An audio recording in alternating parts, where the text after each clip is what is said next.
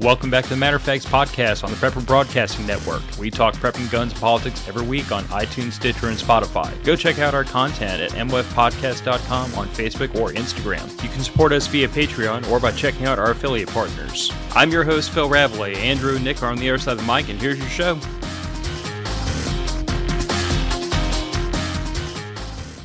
Welcome back to Matter of Facts podcast. And before I forget, this episode is pre-recorded. Yes, so got it. Yes, got it. So if you are watching this on the stream, you're welcome to come into the comments, misbehave, troll each other, troll us, have a party. I can't stop you tonight. However, if you upset the NSA bad enough, you will end up on another government watch list. Life goals. And if you think you've collected them all, they're like freaking Pokemon. You haven't got them all yet. Well, we can try.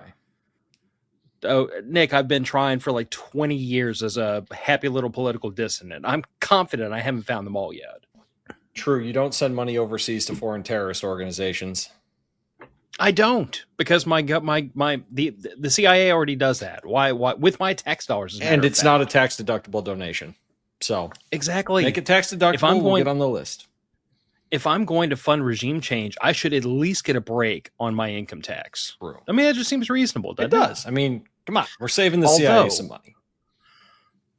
This brings up an interesting question. Mm-hmm. Could I write off the money I spent on Hollow Sun because I'm supporting a foreign government?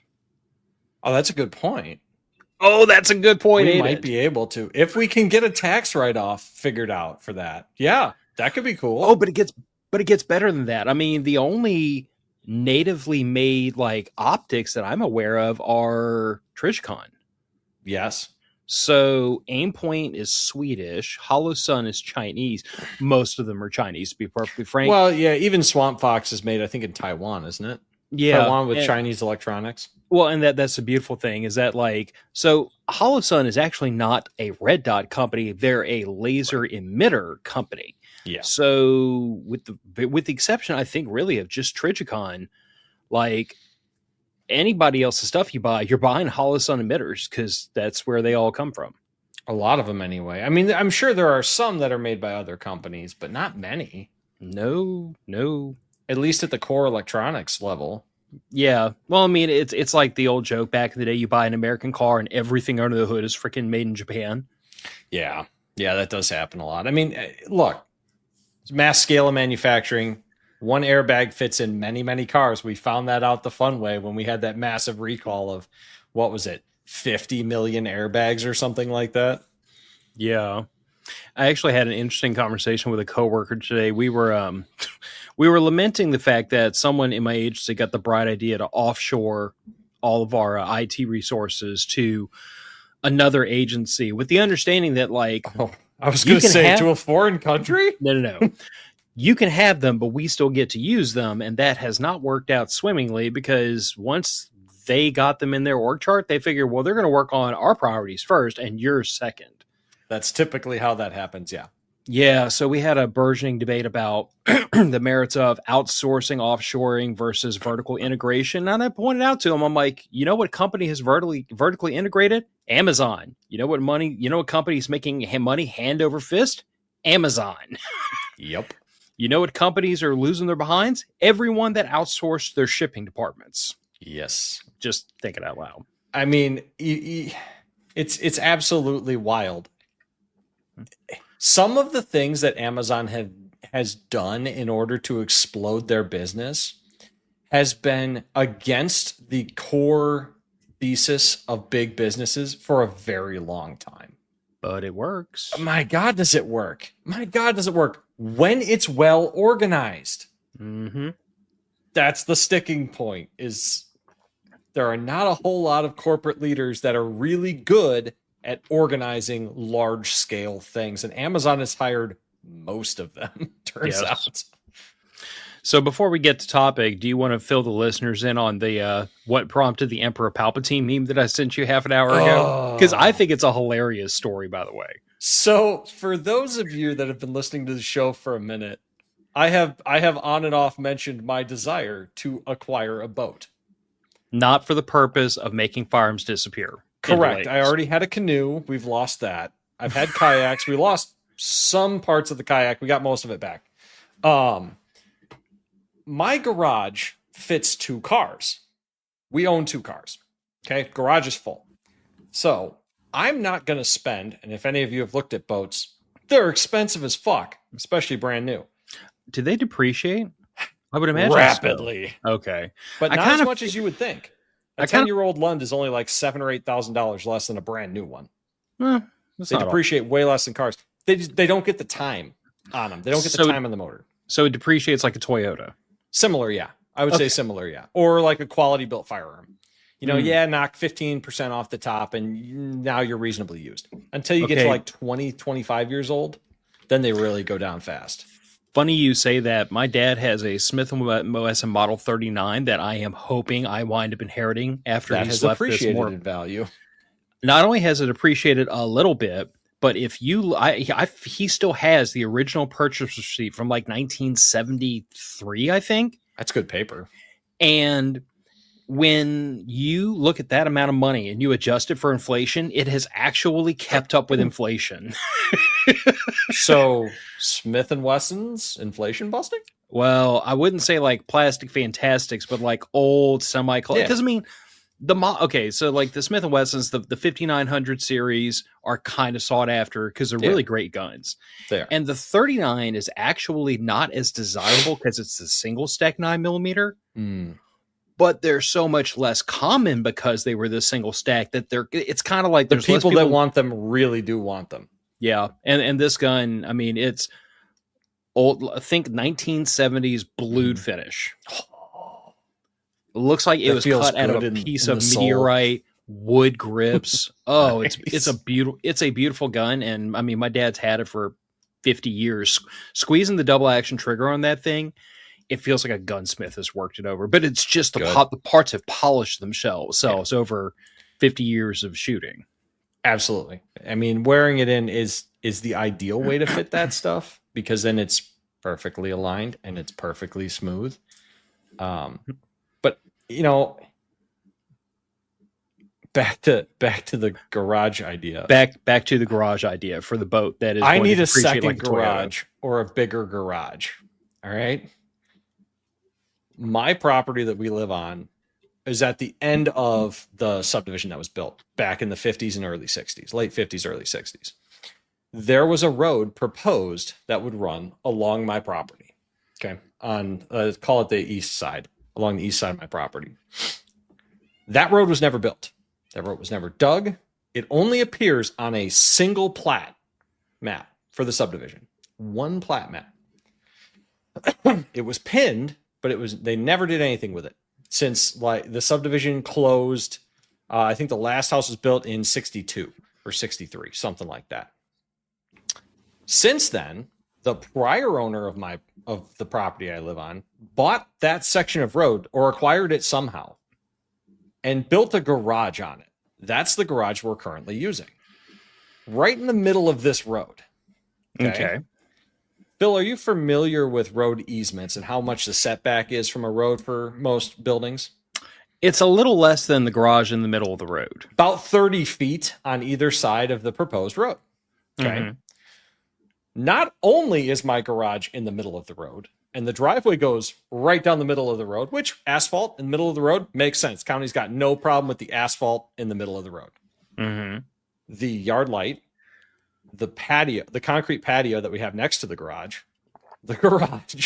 and part of my house are all within the easement boundaries of where stuff is not supposed to be built. Stuff is not supposed to be built around the road that they themselves did not build. Right, correct. That was never built and was never truly intended to be built, as proven by the multi-hundred-year-old trees that also line the middle of where this road never was. This sounds like some government nonsense. We have a road that does not exist. We have a land parcel that was sold to the prior property owner. And we have a building built with a permit that doesn't specify where the building was to be built. Sounds like government. Right.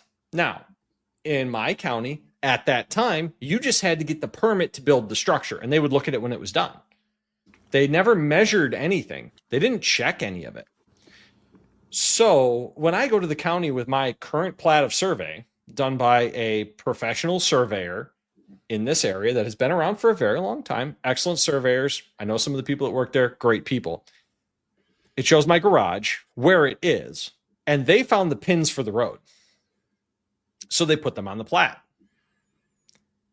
And the lady at the county says, well, according to the county, that road was never removed from the plats. So the road exists by law.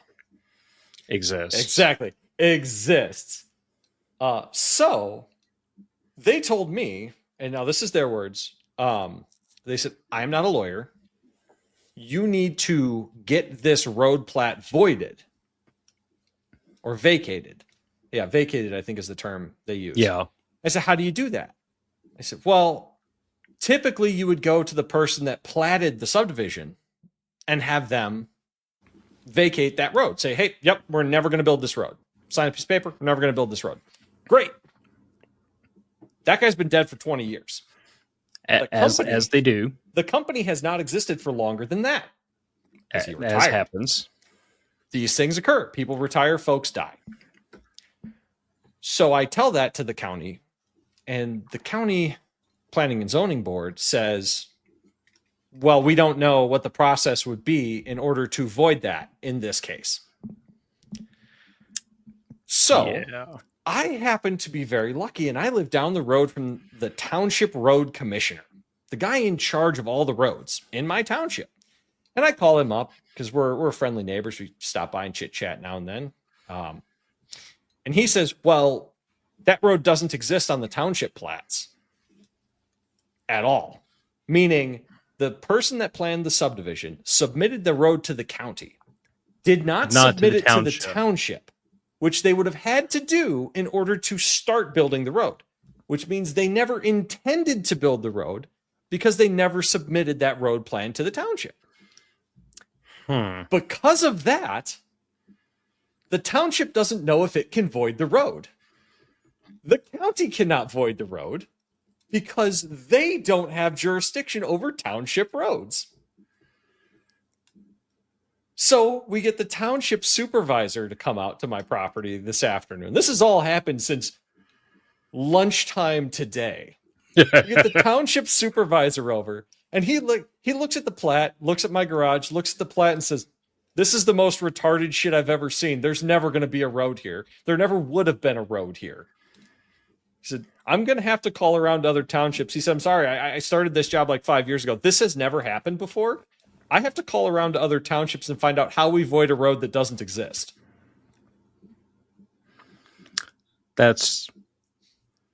So that's been my afternoon. I got a decent workout in, which is great. Made me feel a little better. I have half of what I poured for whiskey after the workout left. So I'm going to get my garage. Come hell or high water, I am getting my garage. We're going to have to go through some mid-level government fuckery that shouldn't happen over a road that has never existed to build a garage to someday buy a boat so that I can eventually go fishing. So, Nick, where exactly is the line between angry little libertarian and rabid anarchist? Honestly, man, at this point, I'm riding that line because I could have just built that fucking garage and not told anybody because the county never comes out here. The fucking township wouldn't give a shit because I drink beer with the township road commissioner. Nobody would have known or cared until I sell this place in 30 years. Why the hell I try to play along with the rules I will never understand. I know a guy that owns a skid loader. I know a concrete crew.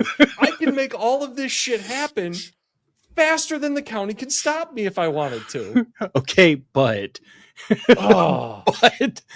there is a certain personality on the autism spectrum that just inherently wants to follow rules because they're rules. I know what the policy is. I know what the rules are. I know how to build a building. I can do all of this. I can subcontract it. We can be done with this. It could be so easy. All I wanted to do was get somebody to say, yep, There is physically space for the building here. Start getting bids for the concrete. So what I'm hearing is that the next time you want to do something that involves permits, you might just choose violence. Honestly, man, this is why I tell people that I am really riding the edge of tolerating what the government has decided and decreed to be the good. I know how to build things well beyond code. I can do electrical. I can do plumbing. I can do foundations. I can do roofs. I can do rough and finish carpentry. Hell, I can even lay tile, turns out. But can't paint for shit because I don't see colors right. But because fuckwits are too dumb to do it correctly, we have to have this mid-level bureaucracy telling me, sorry, that thing that doesn't exist is in the way of the thing you want to make exist. Oh, but that's not all they told you. They told you that your garage that has been there for how long? Since 1979. Is intruding on their imaginary road. Correct. Yes. Yes. And that if something were to ever happen to that garage, not only should I not be allowed to repair it, I can't replace it either. So instead of allowing me to build another garage, increasing the taxable value of my property, which is a net benefit to the county, paying people to build the garage on my property, which is a net benefit to the county, now I have to get in a pissing match with, well, the township people are actually on my side about this. They think this is dumb. I have to get in a pissing match about the county. I've got the township people in a pissing match with the county trying to figure out who's actually got jurisdiction with this. I've probably got to get a lawyer involved to draft some bullshit. And I got to go after the title company who didn't find this problem in the first place. So this, what should have been a 10-minute visit to the county courthouse, turned into about an hour of talking to like 4 or 5 different people about this. And then a series of phone calls that lasted the rest of the afternoon and a couple in-person visits from local government. This is totally unnecessary. None of this needed to occur. Yes. Well, your level of outrage is pretty close to mine because I recently had to teach myself how to do the tax documents for a nonprofit in this country. There's a reason why I do things for profit. The taxes are easier. And that annoys me 10 times as much. Mm-hmm. But not only does it involve filling out an extraneously long, stupid form to say, we made money, we spent money, and you can't tax any of it because 501c3. We did all that paperwork already. But then there's a little footnote at the bottom that says, if you are a 501c3, you also have to fill out this other form. And I went and got that other form. And it is basically a retelling of the reason why we qualify to be a 501c3. Because we're a 501c3. I have this paperwork. I'm out. But I have to fill it out and explain these are all the reasons why, and these are the things we do. And I have to file that form with the tax form every single year. You know, they're going to change that form between this year and next year, so you can't just copy paste, right? God's honest truth, like this whole experience, like all of the headache in starting this nonprofit and keeping it legally above board has convinced me that freaking cocaine dealers are the smartest of all of us because they just decided up front. Screw it. We ball. We don't. We're not. I am not skirting your rules. I am not bending them. I am not even breaking them. I'm just not acknowledging they exist, and I'm going to do what I want. Honestly, man, it is very hard for me to emotionally justify to myself obeying the rules anymore because satanic cannibalist pedophiles are apparently above the law because they're important to government. Well, they always have been above the law, not important. A road that doesn't exist requires me to get a lawyer and to go to a township meeting and for township to possibly derive a policy that doesn't exist to remove a road that never existed at all. But satanic pedophiles, that's okay. But a fucking 2-car garage built to code with stamped engineering plans, which is my entire plan to do, that's the true evil. A Yes. fucking 2-car garage is the true evil. I'm glad you finally understand and accept that. Oh, it just, honestly, dude, I've joked with my wife before that I should just start cooking meth because honestly, it would be so easy to do. I had a chemistry professor in college, and I think I've told this story on the podcast before. He was a Soviet scientist that defected back during the Cold War. And one of the things he did for the Russian military was make meth. And the show Breaking Bad was very popular at the time, and a couple of us were talking about it before class started. And he said, "Oh, that show's ridiculous. You don't need all of that stuff. Let me tell you how to make meth." And then he goes up to the chalkboard, turns around and says, "Are any of you currently addicted to methamphetamines?" And nobody says, "Good, don't start." And then he begins to write out the instructions for how to make methamphetamines, lab grade methamphetamines. And I'm like, I guess I take notes. I don't know if this is on the test. So I have that somewhere. Good Lord. I mean, I don't know, like following the rules or attempting to follow the rules has become burdensome beyond reason, in my opinion. Yeah. Especially in Illinois. My God. I was about to say, I 7 levels of government. I want to say Illinois is probably to deal with for this. I want to say Illinois might be worse than most, but Illinois has one of the densest as far as stackings of governmental organizations for any like individual, because there's city, state, county, and township, and then district. So you could have up to 5, possibly 6 or 7, because aldermen can get involved. Levels of government that you have to deal with whenever anything happens at all. Yeah, that just sounds like dumb to me. Oh, it is frustrating beyond any reasonable level. Because it straight up shouldn't be a problem. I pay taxes on the entire square footage of my property. I just measured it out with the township supervisor, and he said, "Yep, you're paying taxes on this entire property." In my opinion, as the township supervisor, my professional opinion is you can do what you want with that building, as long as you are 10 feet from any of the other structures.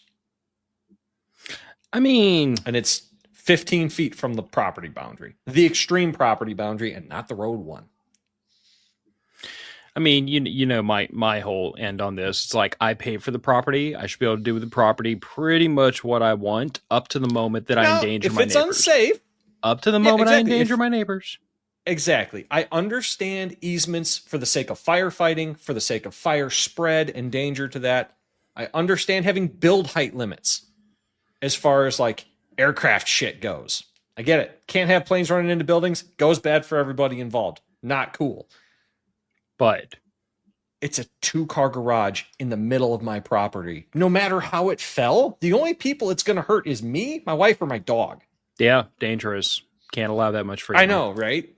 Hell, it is 140 feet in any direction from the nearest inhabited building other than my home. But that's practically on top of somebody. I know, it's terribly dangerous. A beat of dust could potentially endanger a neighbor. I'm glad you understand. It's just, I will get my garage. That is not an option at this point. I found out that my neighbor behind me doesn't own the property that she's been maintaining for her section of this road. I'm going to get her that property for free now, too. Just to be an ass. Oh, yeah. No, you've made it my problem? Fine. I'm going to be the entire problem because this is stupid. See, every now and then, righteous indignation can be used as a force of good. Yeah, she's a nice lady. Her daughter is the sweetest kid ever. You know what? They're getting an extra 1/4 acre of property now. Fuck you. They get it. They've been maintaining it for long enough. They get squatters' rights. Guess what? I'm motivated now. And 25 minutes of screaming about government, as is par for this show. Goddamn government. So we had said, first of all, again, for anybody that came in late, this episode's pre-recorded. So we're not ignoring you in the comments. We're just here in spirit. We are here in spirit. I will try to be here in comment form to razz you back if I remember. I mean, cool if you are. I might be in here in comment form. Who freaking knows? I mean, yeah, you never know. Yeah. We'll see. But you proposed an interesting idea for this episode because we didn't want to talk about anything that was like too time sensitive. Mm-hmm. And you brought up like kind of the idea of like getting started in preparedness from the bottom up. Like if you have everything working against you humanly possible to start in preparedness, where do you start? Say like you're a new homeowner, you got your first apartment, you're the kid that went off to college. I mean, I've literally been that. Me too. I have been all those things except for the apartment. Gillian and I, when we first got married, we lived in a 1,000 square foot apartment. Yeah, that's tight. My first house was 938 square feet, I think. It's small, it's tight. It gets better. That 1,000 square foot apartment had a kind of a walk-in closet like right across from the front door. And that was storage for a spare set of wheels and tires for the car that I raised and that makes sense. My tools. Because I literally I moved into this apartment with all my toolboxes and everything. That's aggressive. I was a little concerned about whether or not they'd fall through the floor. Thankfully, they didn't. I mean, I don't have like, a $50,000 Matco toolbox like a professional, right. But I've got a reasonable number of tools. Well, they add up quick. They're steel. Yes. So, space was at a premium. Really, though, I didn't start prepping like really hardcore until I got here to this house and had the space to do it.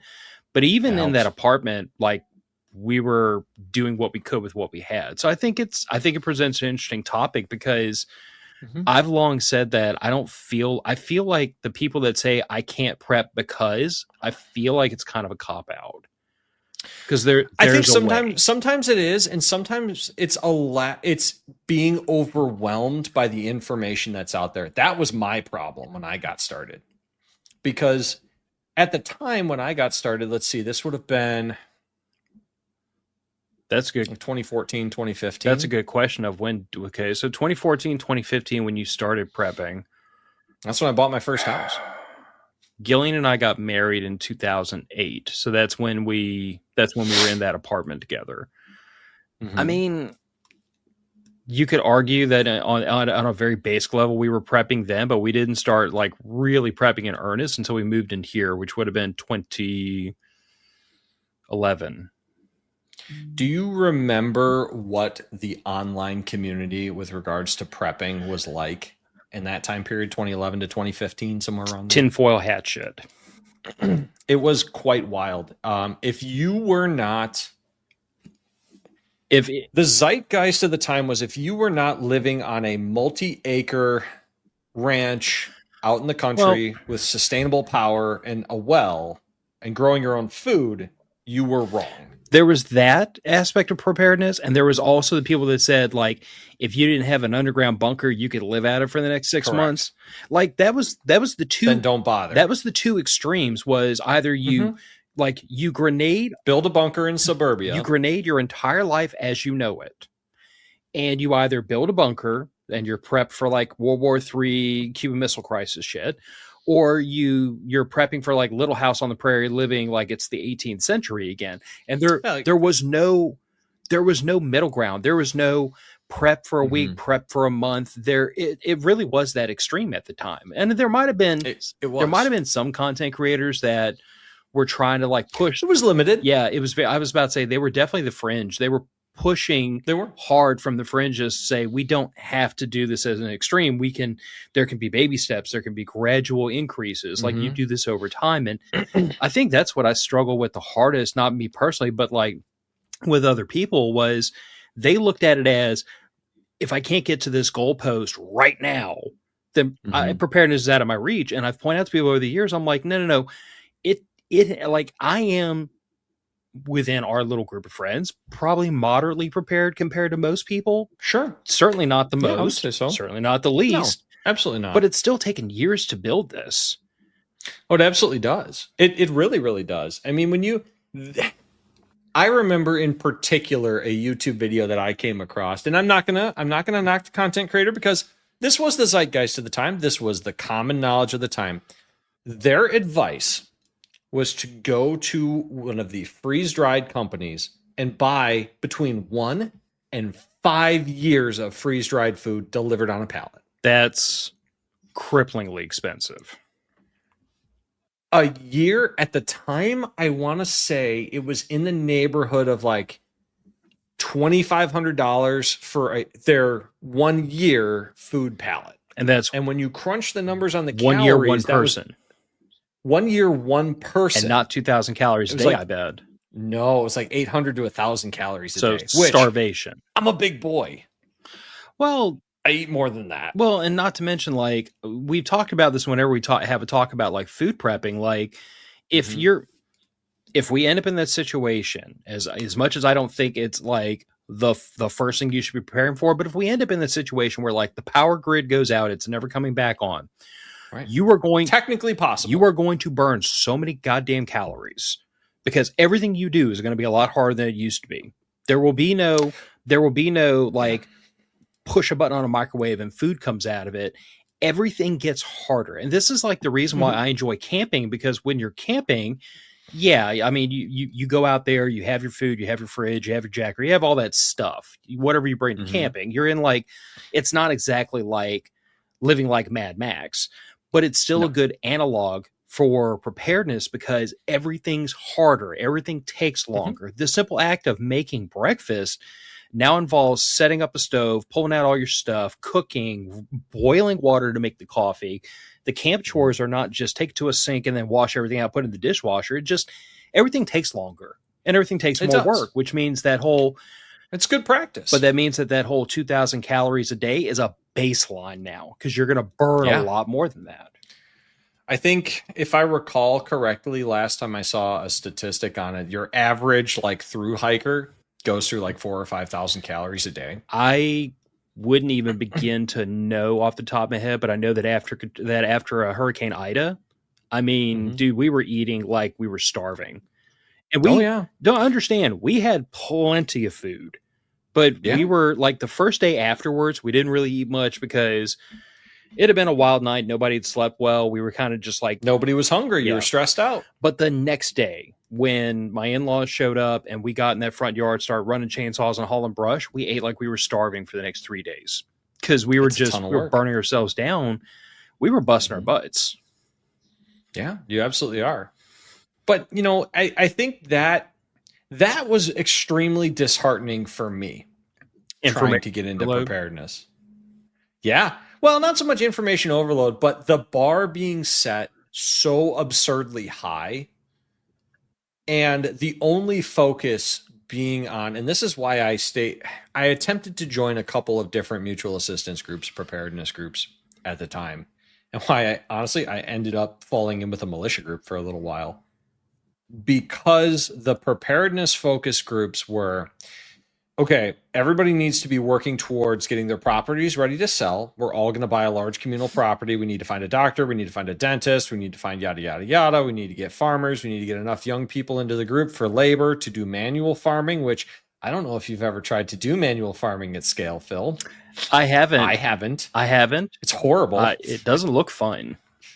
No, it's not. Even if you have animals. I mean, these people were talking about buying somewhere in the neighborhood of 250 to 300 acres of either farmland or undeveloped woodland, and then building an entire off-grid community for this, which at the time, that is what a lot of people were talking about. Whether anyone actually did it, I don't think many did, because it's wildly out of reach. I mean, their stated financial goals were like $300,000 per person in liquid capital to begin this project. To begin it. And then if anything doesn't pan out, you've yeeted your entire life savings and all your net worth into this thing. And it's all tied into a corporation of these people. Now, okay, maybe that is the ideal. Maybe the ideal is a Survivor Jane and Rick Austin, build yourself a self-sufficient homestead. Maybe that is the ideal. But for most emergencies I've ever experienced, and you've ever experienced, it seems like, it's not been that bad. Nope. If you can keep yourself alive and fed and in reasonably good repair and decent hygiene for like 8 to 12 days. 2-3 weeks max. Yeah, you're straight. And that, you're probably going to be okay at the very least for weather events. You're pretty well solid at that point. Yeah, and I mean, even like looking back on when I first got into preparedness, like Hurricane Katrina was my bellwether. And as far as hurricanes and post-hurricane efforts go, Katrina was kind of a high water mark in my lifetime. It was. Like people that are older than me that remember like Betsy remember hurricanes that were much worse that hit this area, but like, or the recovery effort was not as well executed. Yeah. And it really, like, to me, I guess that's why Katrina remains my bellwether, because like, it's not the hurricane itself. It was the weeks of fuel being hard to get a hold of, building materials being hard to get a hold of, tarps and plywood and nails and screws, and like scorching heat, abysmal humidity, no access to clean water. Yeah. That was the parts that were bad. But at the same time, the worst of it started to unwind itself, especially on the fringes. Like, a lot of people don't understand, like, if you're talking about like the Ninth Ward where the levees breached and the city flooded, like that area took a while to come back from, for obvious reasons. But that's a couple square mile area. But if you could walk out of that, you could. Yeah, but if you look at like the surrounding areas like Slidell, where my family lived, and this area, and Hammond, where my wife lived at the time, like if you look at the suburbs around New Orleans, they came back within a few weeks. Like once the trees were cleared off the power lines, the grid was restored. Right. As soon as they started getting fuel trucks into those gas stations, that whole area just roared right back to life because everybody had fuck all to do but fix stuff. Yeah. You know, but I guess that's kind of my thing is like my experience with emergency situations is that the majority of them, a week, 2 weeks, 4 weeks on a high side. As long as you've got enough food, water, and everything to handle yourself for that period of time, you're probably going to be okay.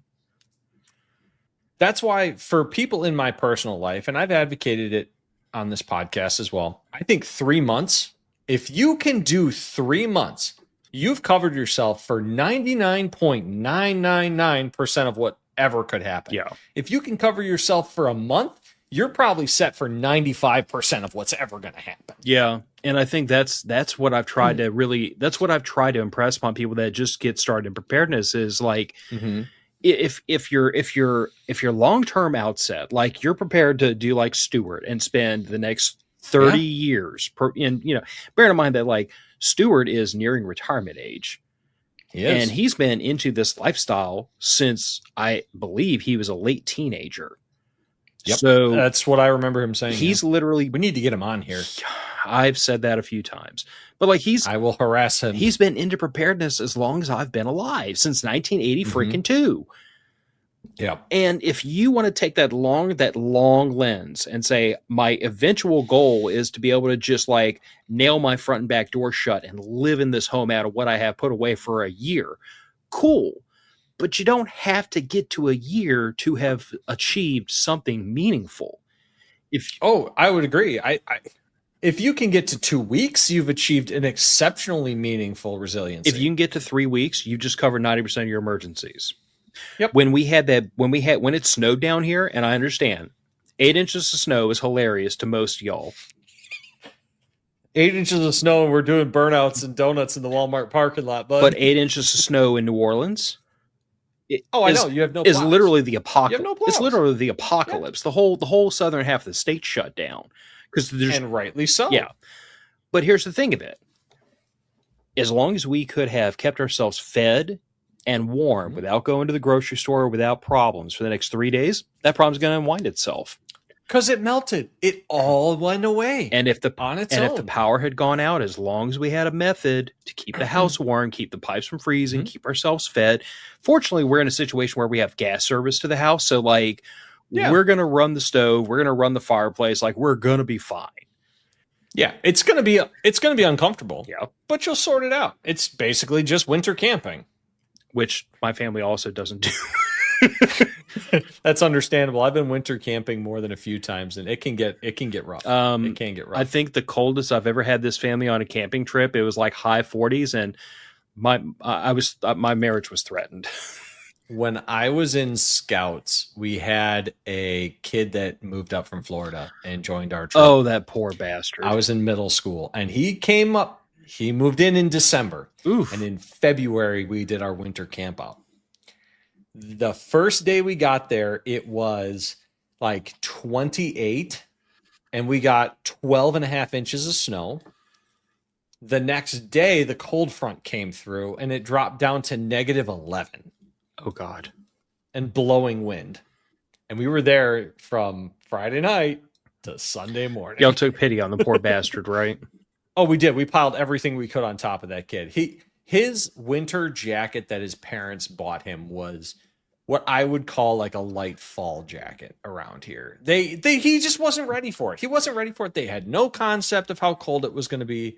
He had like a 30-degree sleeping bag, which was nowhere near sufficient. Oh, no. He didn't have Under Armour or anything like that. But we set the kid up just fine because every one of us brought like 3 extra sweatshirts. So we piled him deep. As you do. He was fine. As you do. You got to look out for your friends, right? And hell, what are you going to have? You want to have a cold casualty that you now have to first aid as a Boy Scout troop? That's going to look like shit. Having prepared friends is a blessing. It absolutely is. But you know, I've always said to people that getting started in preparedness is boring. It's boring. You know, I think the first thing you have to do is you take an inventory of your house. Take an inventory of your house. Look at what you do and don't have. If you find yourself going through your house, and I don't mean a write pen and paper inventory. I'm not talking about an Excel sheet. I'm talking just go into every room in your house, open every cabinet, look at it. Mm-hmm. If you don't find a fire extinguisher in your house, period, you have a problem that can be addressed for under $100 and can potentially save you an insurance claim on a kitchen fire burning half your house down. Mm-hmm. You know, everybody has electronic devices on them constantly right now. Do you know what the number one cause of house fires is right now, Phil? Unattended electrical devices plugged into charge. Shitty, cheap chargers lighting on fire on wall outlets. Yep. I know 2 different families when I was in high school and a third since high school that have had their house either burned down or partially burned due to a gas station $3 charger. Hmm. Now, one of them was for an iPhone. One of them was for an iPad. Or no, iPhone, iPod. And I think the other one was, I want to say it was a knockoff cordless tool battery charger. And they left the battery plugged in, and it just, the whole thing caught fire. The lithium went up, and then the house was gone. It's boring. Make a list of all the foods you normally buy in a 1-week period. And then the next week, just buy a little extra of the non-perishables. I encourage everybody to take that whole idea of an inventory just one step further, though. Mm-hmm. More than just look and see what you have. Look at everything with the thought in your head of, are these things mission critical or not? And when I say mission critical, sure, I don't mean like nice to have, and I don't necessarily mean makes life pleasant, but I mean, like, am I going to be significantly screwed over if I don't have this thing? And if the answer is yes, and you only have one, is the amount you have sufficient to last 1 week, 2 weeks, whatever your starting point is? Like, because if it's a cast iron Dutch oven, I mean, you can hit that thing with a hammer and it's fine. And likewise, if it's a big old 5-pound bag of rice, mm-hmm, 1 5-pound bag of rice is more than plenty to last a couple of weeks. But if a 5-pound bag of rice is down to this much, now it's a problem. If on the other hand you have like several bags of pasta, we could switch from rice to pasta. Maybe the little bit of rice left over isn't that big of a deal. Maybe it is. But that's the exercise my family goes through even now after all these years of preparedness, is when we're about to go to the grocery store, I make a point of taking a lap through the garage, going past the can rack, going past the overflow storage, pulling open the chest freezer, looking in the pantry, looking in the fridge freezer. I look at all that stuff just at a glance and I'm like, okay, what do I only have one of? Because those are the things I should have more than one of. Or the things that you eat all the time. What do you got less than 3 of? Here's the thing. The can rack literally is one of those where like you put a can in the top, it goes all the way to the back and it loops around and comes back around the front. If you don't see any cans up top, time to refill. Exactly. And when it comes to we have this huge bin and it is just second pantry. It's not everything in the pantry, but it's like extra pasta, extra rice, extra baking supplies. And all of this, by the way, is the stuff that goes immediately into the pantry or into ready use. That's not talking about the 8 5-gallon buckets that are sealed up that have more flour, more rice, more beans, more of all that in there. The deep storage. That is break in case of emergency. We're going to have to eat out of this for the next 6 months kind of situation. But it's all dried goods. A lot of the stuff that we keep in the can rack and in overflow, it's stuff that probably isn't going to make it 2-3 years at a whack. It's stuff that we really need to eat within 6 months to 6 to 12 months. But the point is, if you're canned goods, you're solid for years past the expiration date, at least from a safety standpoint. Yeah. Yes, the nutrition content does go down over time. Yes, the taste and the texture does go down over time. Let's not ignore that, because for morale, it's important. Yeah. I mean, I literally have a morale bucket and it's nothing but baking supplies. And that's perfect, because that's a community activity that you can do together with your wife or your daughter. That's a good comfort food that your wife and daughter both love, because you and I would eat the same sandwich every single day for decades. I have been eating the same breakfast every single day, barring when there's no toast and barring when there's no eggs, because I've forgotten to get them, for the entire time I've lived at this property. So over 5 years. My wife and I were married for almost 15 years before she would start buying pork chops again, because we ate them so often when we first got married because they were cheap. Yeah, man. Sometimes you got to do that. And the minute money wasn't that tight anymore, she swore off more pork chops. Swore off pork chops for like 15 freaking years. And it's only been really recently. She's been like, "Why don't we buy pork chops anymore?" And I'm like, "Because you won't eat them." I'm gonna let you in on a pork chop recipe later. I'm going to get you a pork chop sandwich recipe that she will love. And you can get your pork chops again. I mean, she started buying them again. So, we just had to get her past the training scar, I guess. But yeah, like we used to, there was a grocery store across the street from our apartment. And if you went there in the afternoons, they would take the pork chops that were like basically going to expire the next day, and they'd put them at the very end of the cooler. And they were discount them 50% off or so. So we would go buy these big old packs of about to expire pork chops, put them in the bag them up a couple of times, put them in the freezer. And we ate pork chops, peanut butter sandwiches, and red beans and rice 6 days a week. But look at where it got you. I mean, it kept us out of debt and it kept us fed. It does. It does. And honestly, that's the important part, is that it kept you fed. I mean, look, I'm not going to tell anybody to not go out and build a bug out bag.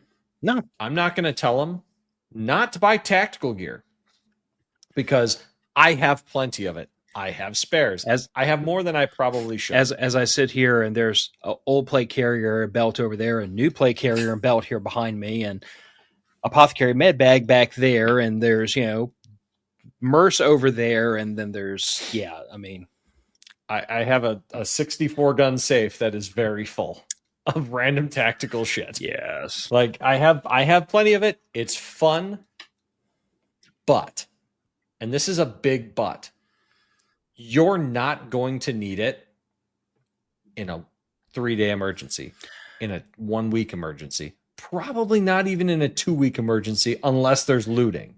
And see, for the purpose, whenever I talk to somebody about like starting off in preparedness, I approach this from a little bit of a different perspective than I think most do. Like, I look at it as you need to be prepared for X number of days, because that scales really nicely. Like, to me, it does. You need the same things, whether you're preparing for a day, a week, a month, or a year. You just need a lot more of it. And and once you have a rotating pantry, you've got that baseline to evaluate and build off of. But to your point about like tactical gear and firearms, like, you do not need enough AR-15s and ammo to outfit to turn your entire neighborhood into a fire team. You definitely do not need a duffel bag and a half of 30-round Stanags. Yeah. It's fun. Although, if Hillary Clinton runs for president again, you can make a tidy profit. Yeah. But I would say, like, I have always told people, like, if you're just starting off and you are just starting off, go get yourself a 9mm handgun, get 3 magazines. A lot of them will come with 3. Most of them come with 2. Most of them come with 2 now. I say get 3 because I would say because I like to have, first of all, like for a belt system, I like to have one of the gun and 2 spares. But even at it's a good system. But even at a, like, let's say you're the concealed carrier and you're only going to carry 1 spare mag. Now you have 1 mag in reserve for if one of the other 2 mags breaks or you eject it on the ground and the base plate breaks in half or something stupid happens. Feed lip gets dented. I've had to pound out feed lips more than once. Yeah. So now you have basic. Get that. Get 200 rounds of 9mm ammo. 200 rounds of ammo will solve a whole lot of problems if someone is trying to threaten your safety and your livelihood in your home. I would argue that for the vast majority of civilian use case for self-defense, the statistics have been bared out pretty well on this one. Most of the time, you draw down on somebody, that solves the problem. If it doesn't, a couple rounds judiciously applied solves most problems. The ones that it does not solve, most people mag dump. And then that solved the problem. And the reason why it ended at 1 mag is because they paused to reload. And reevaluate the situation. But again, I'm starting at 3 days. Let's say it's not quite Mad Max, but it's a 3-day emergency. You need to have enough ammo to deal with problems for the next 3 days. If it happens. The first magazine you burn down doesn't mean you're totally out. You need a little bit of extra for training time here and there. So start with the 9mm, get 3 mags, get 200 rounds. Get that, get enough food, and get water figured out for 3 days. Assume that you're non-perishable food for 3 days to a week. Non-perishable. And if for anybody that says you have to go out and get like the really expensive freeze-dried crap, go get a 5-pound bag of rice and a 5-pound bag of dried beans and learn how to friggin' soak them and boil them, and you'll be fine. Honestly, if you have a pantry with 5 or 6 different types of canned food, and you have a couple of each and a 1-pound bag of rice, you're good for 3 days. Yeah. But do that as long as there's some kind of canned meat in there for protein to bulk it out. Rice, some vegetables, some fruit, stuff like that. You're probably okay because you've already got what's in your fridge that's in your normally consumed. And you're going to eat what's in the fridge in the first 2 days anyway, so it doesn't go bad. And assume that your house is a viable source of shelter. Yeah, that's a fair assumption, I think. Figure out sanitation. Like, that's one thing I don't think a lot of people like. A lot of people, when they get into preparedness, you know, they're laser focused on the guns. Maybe their brain goes, well, guns are fun. Maybe their brain goes, night vision is awesome, to the medical stuff. Maybe it takes a detour at the food and water, but most people totally forget about what you do with all the human waste that comes out of y'all's bodies. And if the water pressure, pressure, what my most used prep is baby wipes, extra case of toilet paper. Oh yeah. Extra case of toilet paper. Because every time something happens, toilet paper disappears. Anytime anything happens, fucking toilet paper is out of stock. And bearing in mind that we kind of front loaded this talking about like worst case scenario for preparedness to start off at apartments. A lot of people don't think about this, but if the water pressure goes to 0, the higher up off the ground you go, the faster your water pressure goes down. So if you don't have water pressure, then you have no way to fill the toilet to make the thing flush. This is one of those moments in time where like you need to think ahead, and you need to have a backup plan. Personally, I've got a 35-gallon trash can off the back of the house that's tapped into the downspouts. Every time it rains, I got 35 gallons out there. And that's 35 gallons for bucket baths, for flushing toilets, for whatever else. I still, to this day, I have most of the stuff I need. I need to pick up some supplies and everything and figure it out how I'm going to do it. But composting toilet? No, I've got 2 55-gallon rain barrels And I don't want to tap them into the downspouts on the house because I don't have a good way to do it and not have it be like a total freaking eyesore. Which, let's be fair, you live in an urban area or suburban area. Suburb. So it needs to look respectable, let's say, or commonplace enough that it's not going to draw a ton of attention. So what I'm thinking is that I have a garden shed in the backyard, fairly decent sized one, and I saved a non-destroyed piece of gutter when I had to have the gutters redone after Ida. So my plan has been to affix that chunk of gutter to the backside of that shed. That'll work. And then downspout that and run that kind of like, I haven't decided yet if I like dig under the ground so it's easier to mow around or however I do it, but like tap into that to fill those 2 55-gallon rain barrels. I'm just because it will. You get enough rain. Yeah, I mean, even the garden, even just half the roof of that garden shed, it's gonna be enough. But my point is that, especially for your most common emergency, which is hurricanes, you get too much rain. Yeah. And, to be perfectly frank, like in all the years we've been here, we've only lost water pressure a couple of times. Like we've had boil water advisories, but that's also why we have like a 20-day supply of bottled water sitting on the shelf. Because that's potable. Yes. You wouldn't probably want to use that for sanitation for the most part. But that's also the reason why we have the non-potable water source. And in an emergency, I do have like Berkey filters and food grade buckets. And I have all the things off on the side to make an ugly little Berkey filter. Yeah. But I mean, it's very doable for inexpensive. The filter's the most expensive part. Plastic buckets, maybe not so great for you. Me and my wife try to avoid BPA plastics. Free and they're food grade. It's as good as it's going to get. They're BPA free and they're food grade, but buddy, look at all the stuff that's in there that they have not said is bad for you yet. Look, I work in the plastics field. There are material safety data sheets for every single plastic, and there is a maximum exposure threshold to the volatile chemicals in all of them. Yeah. I'm not trying to say don't use plastics for anything. Plastics are extremely valuable, extremely useful, and they will pay for the garage that I am damn well going to build. But we try to minimize our exposure. Yeah. And I mean, that's just try to be sensible. And that's why it's for emergency use and not set up sitting on the counter for daily use. Because the stainless steel Big Berkey, that's expensive. That's a few $100. Isn't it? And my bigger issue is just that once you buy it, it's kind of already assembled. And what I have is compacted together to where it doesn't take as much space. Right. It's a double stacked 5-gallon bucket. It's like that big. It's not an issue. But anyway, so like I said, I mean, for a 3-day emergency, honestly, I say go get enough water bottles. Get a couple of 3 cases of water. Yeah. Figure a case of water per day per person. Probably not a bad start. Me personally, I would go the extra step of recommending like 1 or 2 of the big 5-gallon NATO water cans that I have. They're heavy duty as hell and they will last a lifetime. We have them for short-term power outages where I can't be bothered to wheel out the generator. I'm not talking about the fuel cans. I'm talking about the water cans. Oh, I know. I have those water cans too. And what we'll do if we have a big storm coming that we're like, we're going to lose power for a minute because I'm out in the country. We're not a priority for ComEd. Yeah. I get it. We fill up 2 of those.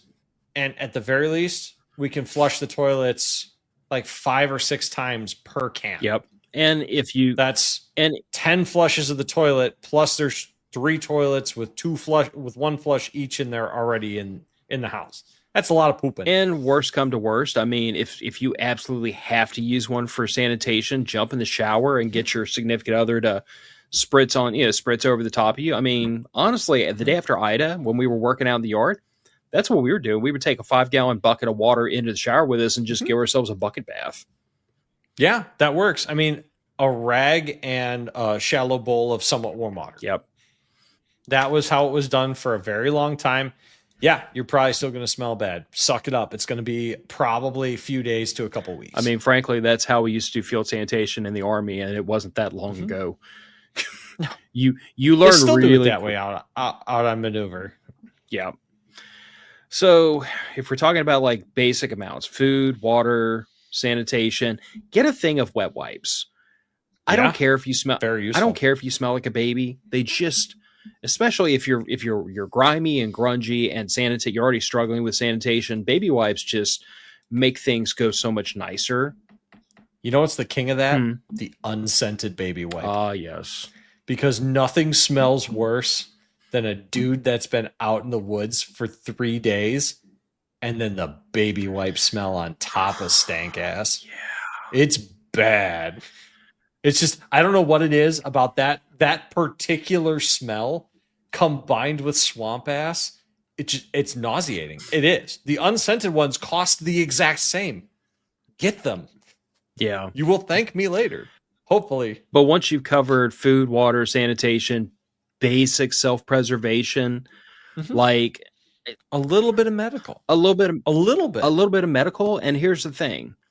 It would be really, really easy for me to say, you know, you should just by default have an IFAC in the house, but I'm going to tell you what I've used a hell of a lot more than I've ever used a blowout kit in this house.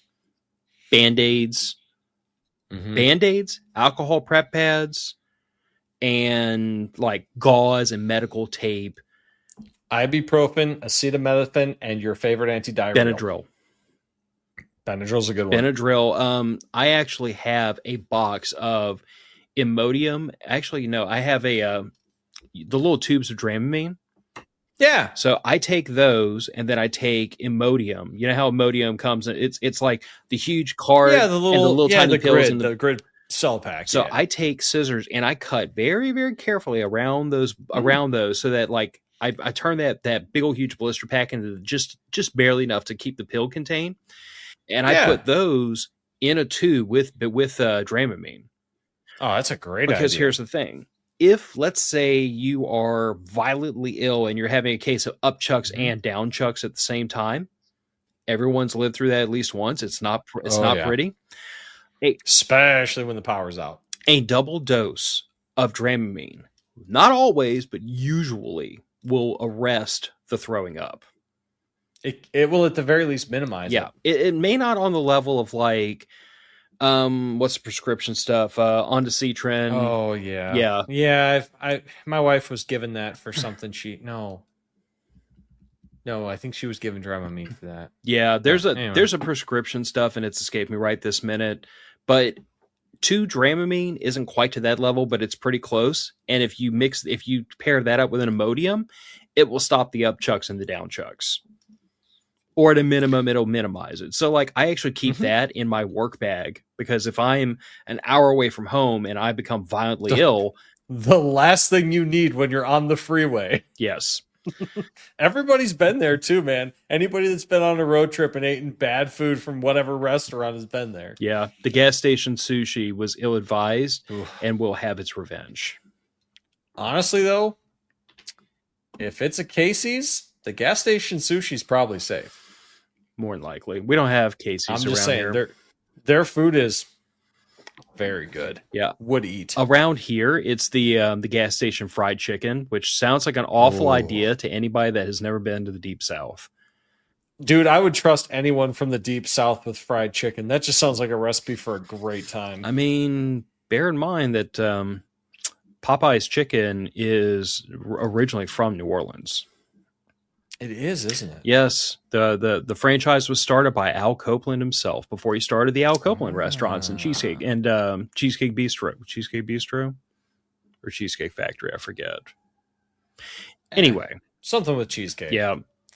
But I honestly, man, I think 3 days is an excellent goal for anyone starting because we did a 1 week of food for under $100 or $150 1 week per person. I came in at like 90 something bucks and I was on the low end, and I think it was you or Andrew who had the high end. It was only like 120. I was on the high end because I had fruits and veg. But even your menu was only like 100. It was under 150.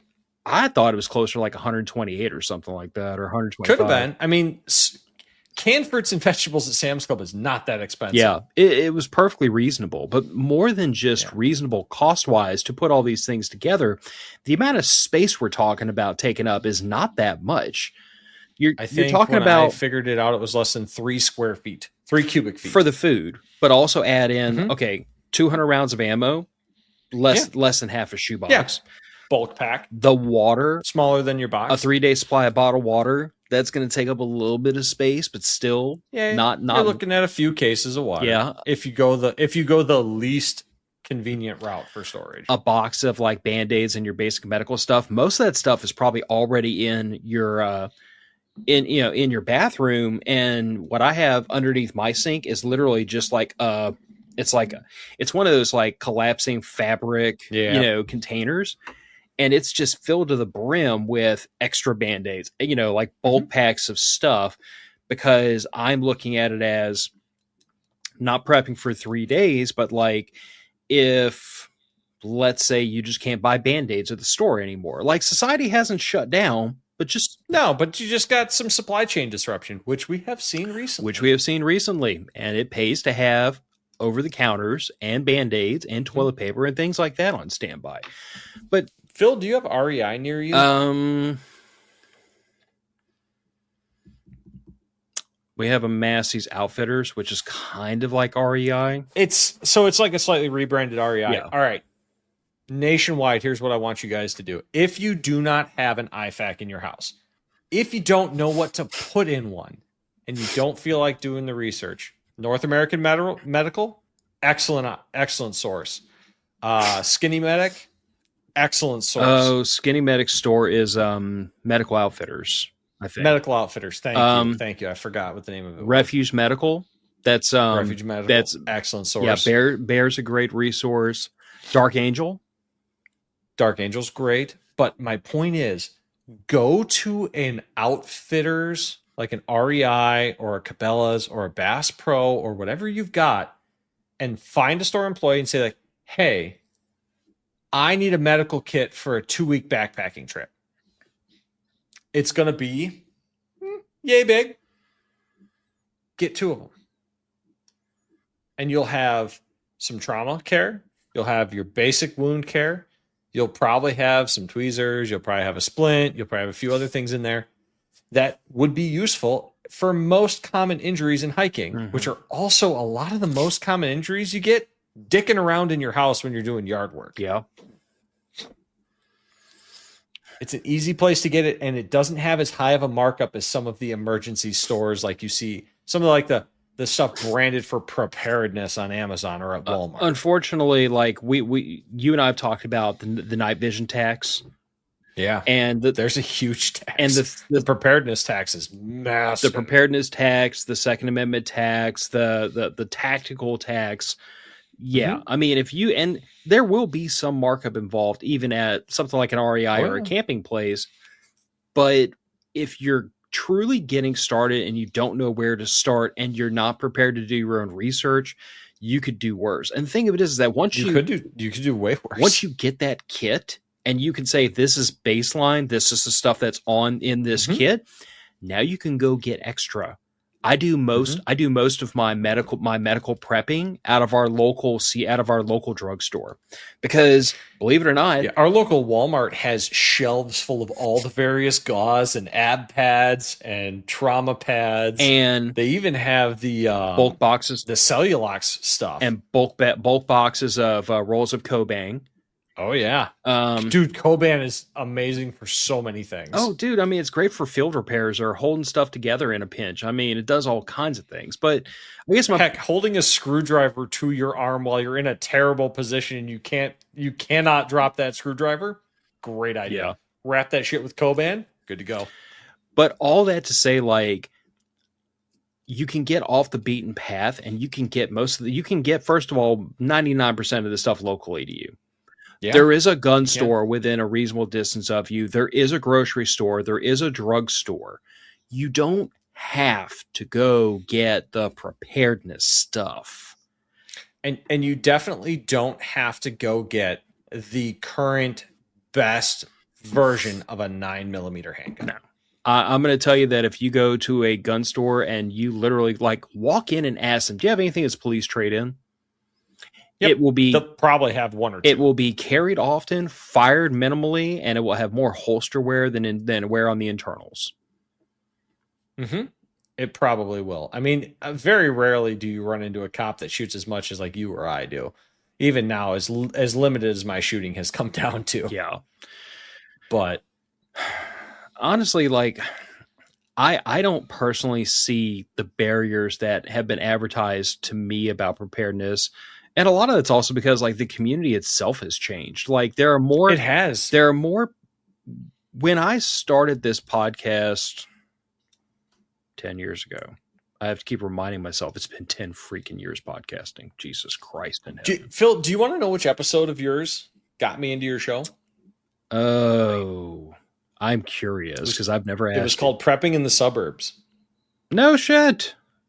It was called Prepping in the Suburbs. Wasn't that like my first year, maybe second year? Was Andrew involved? It was your second year. So Andrew, come on the show. First episodes that Andrew was involved in, and I was trying to find somebody that was living in town that didn't have 15 acres, that wasn't telling me to buy a commune and start a cult. I mean, I'm not trying to talk you out of starting a cult. There are pros and cons. Personally, I think cults are a great decision as long as you're the leader and not one of the units. Oh, well, of course. That goes without saying. But dude, that is surprising because I just assumed I found it on YouTube. I just assumed I was a total crankpot for trying to start a show that was talking about reasonable preparedness to a reasonable level when the rest of the community was dead set against it. It was. There was only 2 people I found at the time that discussed preparedness from a standpoint less than total collapse. And it was you, and I think it was... Was it Brian Duff, maybe? I think it was Brian. No, Brian Duff was a little bit later. Yeah. That I found him. Well, he was, frankly, he was still working for the DOD when I first started. He was. It might have been Patriot Nurse at the time. Oh, that is a total blast from the past. Before she got really into the government will totally collapse. And that's not the dog on her. I think a lot of the info she gives out is fantastic. Yeah. I have not watched her stuff in many years, but a lot of her early medical videos were amazing. Yeah. And if you can go back in YouTube and watch those early medical videos, excellent advice on how to build a medical kit. That's how I built out my medical kit. And then my buddy Dave ended up a really high-end nurse, and I had him go through my medical kit, and he tuned it up really nice. Yeah, after I took my first stab at building my first medical kit, I sat down on this show with my sister, who's a paramedic, who's a freaking amazing paramedic. And we should have her back on for a medical top. It's going to get trickier though, because she moved across the state. So like she used to live in the same town as me, and now she's like 2.5 hours away. That's fair. Well, although I think I am currently 17 hours away from you. About that. She probably lacks as much cast iron as I have behind me, doesn't she? Considering her and my brother-in-law downsized from their house into a tiny home to make the move. Yeah. They definitely don't have 1,000-pound land. No, they're in the process of looking for like rural property to really kind of have what they always wanted and what I would love to have one day. They're just making that move in coordination with her career, relocating them quite quickly. Hey man, real life costs a shitload of money. Yeah. We all got to pay for it somehow. I do it with molds. She does it with everybody that fucks up. Yeah.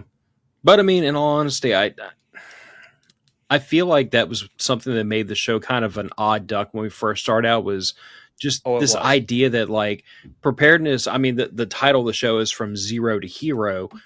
And really what I meant was like, you come in off the streets, you have no earthly idea what you're doing.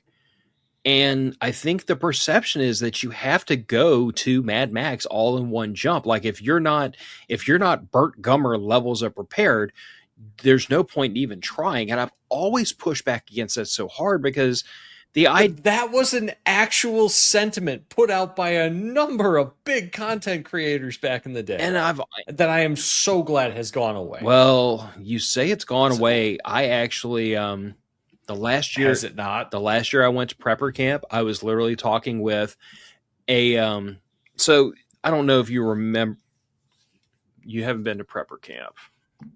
So there's another And I probably will not go. I like our summer camp. There's more dogs. Yeah. I pet many dogs. So there's another podcaster that started coming out that after we did.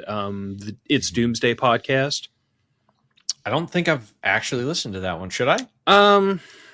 I mean, I gave him a listen. I kept in touch a little here and there. His content's not my wheelhouse, but most content isn't my wheelhouse, to be perfectly honest. That's why I do my own thing. That's fair enough. Nice enough guy. Anyway, one of his buddies. Oh, I'm sure. One of his every buddies. Content creator I've made has been pretty cool. One of his buddies who I didn't even catch the guy's name. That's how little I want to interact with him ever again. Literally told me that if you're not prepared to sell everything you own and buy 100 acres of farmland tomorrow, you're not a prepper. 100 acres of farmland around me costs, like, depending on how bad the farmland is, $2.5 to $12 million. Yeah. Well, that was this guy's whole selling point was like, none of y'all are real preppers because none of you like raise your own food and live off grid. And great. Yeah. Then I'm not a real prepper. And I try to like talk him off that ledge, and he did not want to hear it. And I was like, okay, well, then you and I just don't agree, and we're not going to agree. But the difference to me is that I've always looked at it from the perspective of like the reason I started the show by my damn self after literally Googling how to start a podcast. Like, how basic can we get? Listen, when I tell y'all that this was a shoestring effort that I pulled out of my fifth point of contact and had no earthly idea what I was doing, I Googled how do you start a podcast.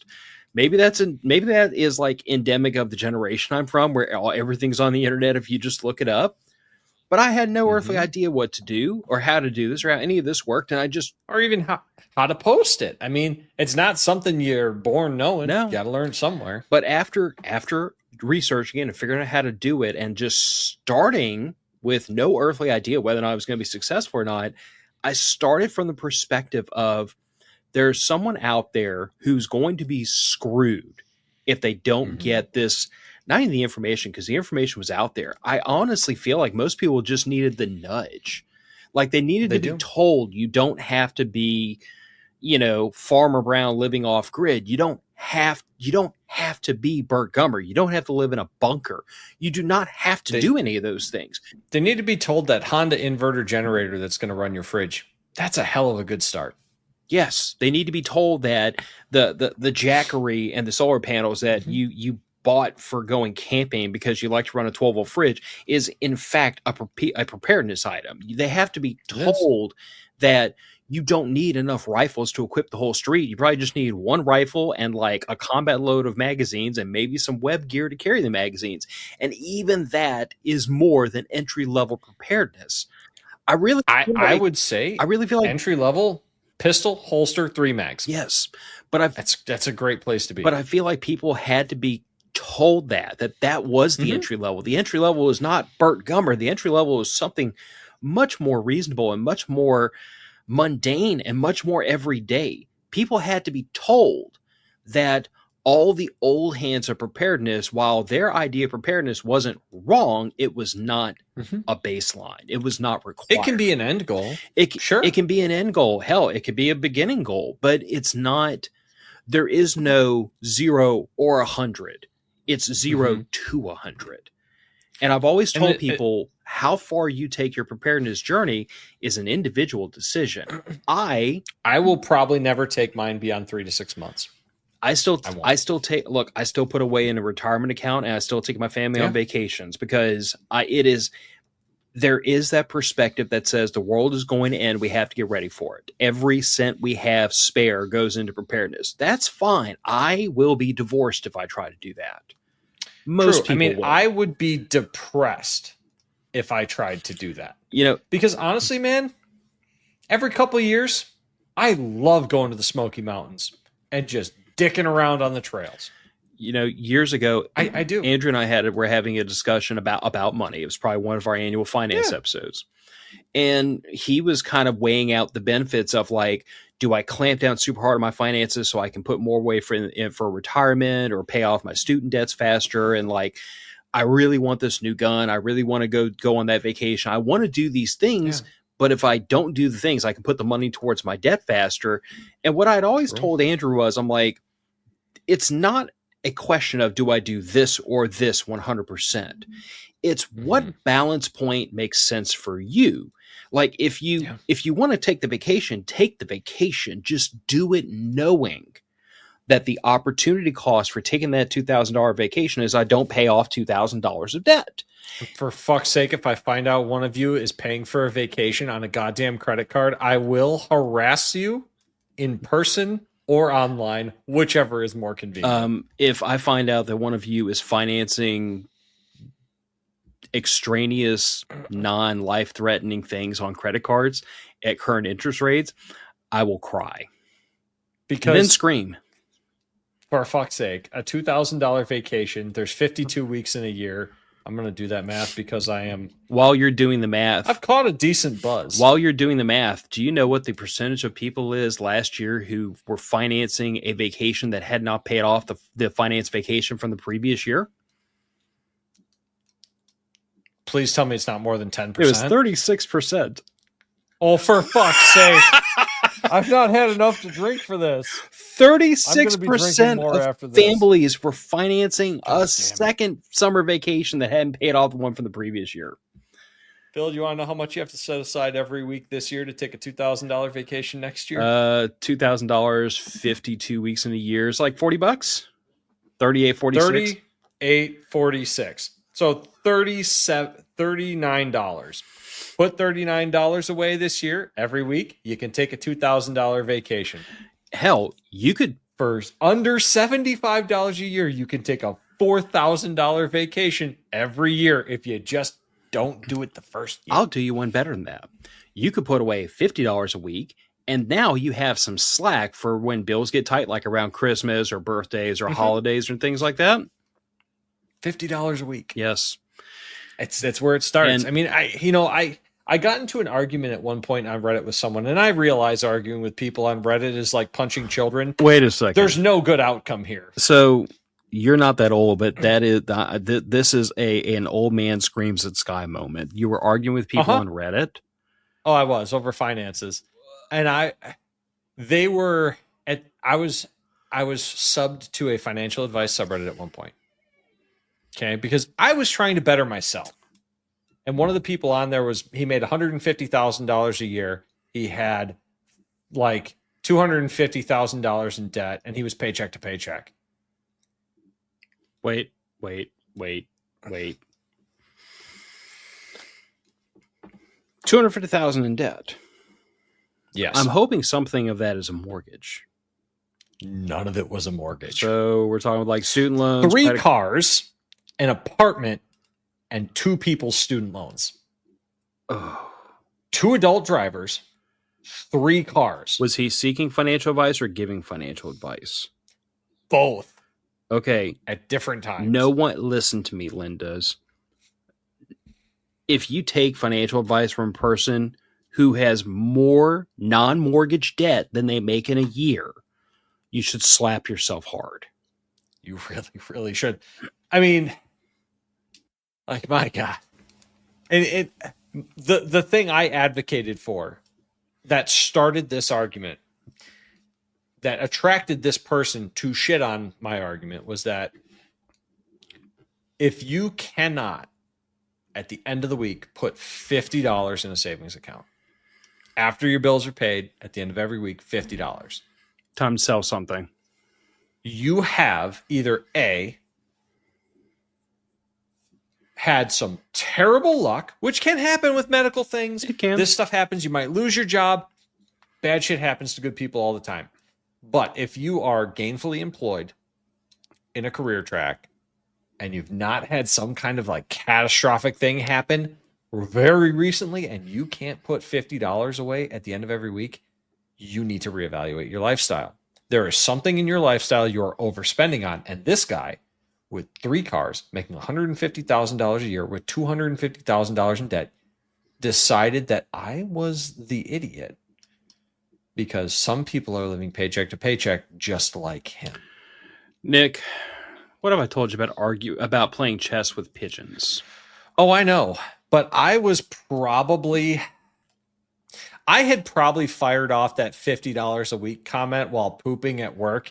You know, you make those social media comments while you're doing something else, and then you fuck off back into reality because you have a real life with real things to do. Touching grass, yes. And internet firestorm ensues, and then everyone is yelling at you, so you decide to take it personally, and you argue with every single one of them until they quit. Well, that's what happened. Start small. Start any good habit that you're going to build. And preparedness is kind of a habit. Exercise is kind of a habit. Start small, start easy. I mean, build those little wins. I call preparedness a lifestyle because it's something that, like, once you integrate it into your life, it starts to influence parts of your life you don't expect. Like preparedness was part of the reason why I managed my finances the way I did back in the days when That's why I started saving for retirement. Back in the days when I made substantially less money than I do now, and money was really tight, I budgeted my money. I am known to have both road rage and a case of lead foot. And back then I had a little 4-cylinder compact car, and I used to pin the cruise control at 70 miles an hour on the dot in the far right lane. And I babied that. God help you if you were in the way. Dude, I'm being serious though. I used to do everything I could think of to try to save a couple of bucks, because if I could save a little bit more money, then I could put a little bit more towards preparedness without taking away from anything else. I literally, and like to this day, I'm wired this way. I don't throw out clothing until they have holes in them. I don't throw stuff away if it can be fixed. I do a lot of. My wife has to talk me into throwing away clothes because it's still a good work shirt. Yeah, well, there are such thing as lawn mowing pants. Unfortunately, I had to get rid of a pair of lawn mowing pants when the crotch blew out of them.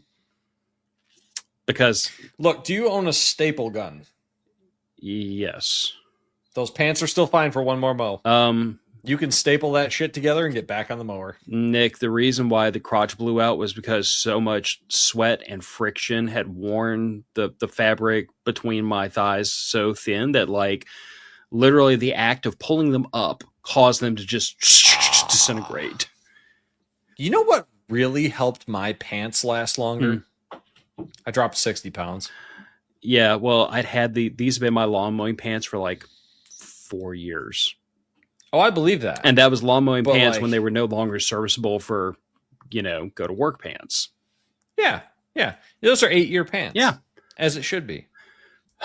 Anyway, off the subject of pants. The point is, look, pants are important. Pants are key. Pants are optional. Well, it depends. I had to go into a government building today, and they had a sign that said, no shirt, no shoes, no pants, no service. You know my theory on signs, right? Signs are optional unless they're enforced by weight of law. No. The fact that they had to put up a sign means that someone made them put up a sign. Well, there's that. Someone walked in that office with no pants, hence why it's on the sign now.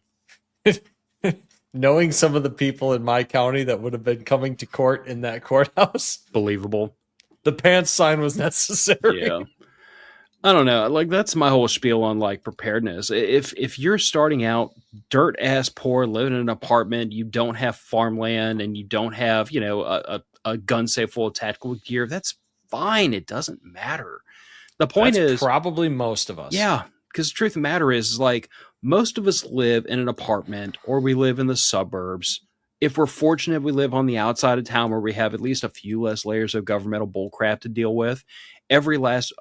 Very few of us are former Delta operators with a safe full of Class 3 weapons. Like, let's call it what it is. Yeah. Very few of us. I wish I had a safe full of Class 3 weapons, but that would kick my ammo budget way through the roof. And very few of us are sitting on, like, farmable land out behind our house with beast of burdens hitched up waiting to drag plows. Like, let alone the knowledge to use it. Good God. Just be realistic. Most of us are not in that boat. And yet preparedness is not about only be preparing that one way. Preparedness is about being able to take care of yourself and sustain your family for a period of time.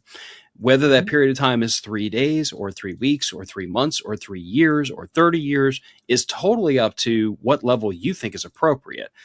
I say 3 months is a pretty good place to get to. But if you start at 3 days and you scale up from there, then first of all, you're not going to be the knucklehead that's looking for a grocery store when the snow starts falling and everybody else is hunkered down in their house. You can just go home and crack a beer with the dog. I mean, literally, like the very first day COVID hit here in the U.S. Mm-hmm. When I can truthfully say we really didn't know what we didn't know. There was no reliable information. Nobody trusted anything China had to say, and our own government didn't really have any great base of comparison to start from. So my wife and I had a discussion about what we do, and I'm like, well, we're just going to shelter at the house. And we could make that decision because we had toilet paper and food and water and all the things we needed. We didn't have to rush out to the grocery store to go deal with people. We didn't have to go rush out looking for stuff. We had everything we needed. Yeah, exactly. It gives you layers of options. And even if that's only 3 days, hey, great. You got 3 days to solve the problem. That's a lot of time. You can do a lot of thinking in 3 days. You can do even more in 4. I will say that the day after Hurricane Ida, when we had a tree laying on the house and 2 trees in the front yard, and we couldn't when we opened the front door, we couldn't see anything because we were looking at a tree, and we opened the garage, and then the tree burst into the garage, and we had to push the branches out and shut the garage door and go out the back of the house. And the power ended up being out for 8 days, and we had 0 water pressure the next morning because a tree hit the water tank. With all the problems we had, and we had a lot of problems, but I can comfortably say that because we were as prepared as we were, we had a lot of peace in our hearts too, because we knew we weren't going to starve. We had potable water. We had all the medical stuff we could possibly need. Looting ended up not being an issue, except for a couple of dirtbag neighbors who were like skulking around, and we made it very apparent they should go find their own place to cause problems and not do it on my street where I was, Turns out most people don't want to play fuck around and find out. Well, all I can say is that most of my immediate neighbors know that I am the de facto warlord on my street, and it would be in your best interest not to give me reason to act on that impulse. I'm the crazy gun guy. Yes, I thought that went without saying. Exactly. Oh, hey, pupper. My dog decided to visit. I keep hearing a noise, close. and I can't tell where it's coming from. Well, stop. No, it's a whining noise. Anyway. Huh. But anyway. That might be my dog you're hearing through your headphones. It's not dog. I'm not sure what it is. I'll probably hear it as soon as we sign off. Anyway. Check your refrigerator. Could be your compressor. No, it's wife and daughter doing something in the house. Ah, fun. Anyway, I guess we'll go ahead and sign this out. It's been an hour and a half, and I did not want this to be a super long episode, but oopsie poopsies. We did spend half an hour talking about governmental stupidity. So there is that. Yeah, but we occasionally need a proper good anti-government rant, even though at the local level, my township people are being very helpful. I mean, this is true. Hey, look, man, the more people you know in your local small levels of government, the more people are on a first name basis with you, the more likely they are to want to help you. This is true. Sometimes it pays off. But the county, those bastards. They'll get their comeuppance. Oh, they will. And I will have my garage. And as far as the topic goes, I mean, best thing I tell you is, preparedness is like a savings account. It is. The best day to start is yesterday, and the second best day to start is today. Yep, absolutely. But I really hope that in 2020, in the year of our Lord 2026, I would hope that those voices that said be Burt Gummer or be old Farmer Brown have been largely drowned out by the people that are saying, no, we can be prepared. We can be preppers and not do that. There's more than one way. Yeah, absolutely. And quite frankly, I know that there's a lot of apartment goers that are in urban areas, and I would rather see all of y'all prep the way I started out prepping in a little bit 1-bedroom apartment so that you can take care of yourselves for a short period of time than to say, if I can't burn gummers, there's no point doing it. Because that's not the message to me. Any little bit you can take off of the recovery effort yourself by looking out for yourself, the faster the recovery occurs. Yeah. And for purely selfish reasons, I trust FEMA like gas station tacos. 0% trust. So instead of sitting in your house hoping and praying that someone in government actually manages to do the right thing by accident, we should probably have a plan to take care of ourselves that doesn't involve things outside of our immediate domain and control. Absolutely. Couldn't agree more. All right. Well, this is going to go out to the audience on March the 12th. I told Stuart, like, I'm not going to share it on public, in the public realm, but I'll probably tell the rest of the patrons, like, I've got some family stuff going on, which is why this episode is pre-recorded going out to y'all. I didn't want to leave y'all hanging, but I have a suspicion that on March 12th, I'm going to be up to my eyeballs in personal things. So we occasionally do this where we pre-record an episode. It's not my preference because I don't get the pleasure of y'all in the comments, and there's something lost there when you don't have that organic back and forth. There does seem to be, for sure. I mean, hey, it's like you and I always say on this: family comes first, and life happens. So we do these when we have to. We go live every other time. Yep. So we'll roll this one out the door. If you leave comments, even here on like YouTube, Rumble, Facebook, wherever you're watching, I can't promise you I'll see them, but I might. You never know. But if this happens to be an episode that you caught and you don't catch us every other week, you should probably stick around because it's Thursday, 7:30 p.m. Central, 8:30 Eastern, and we'll be back in another week. Good night, everybody. Yep.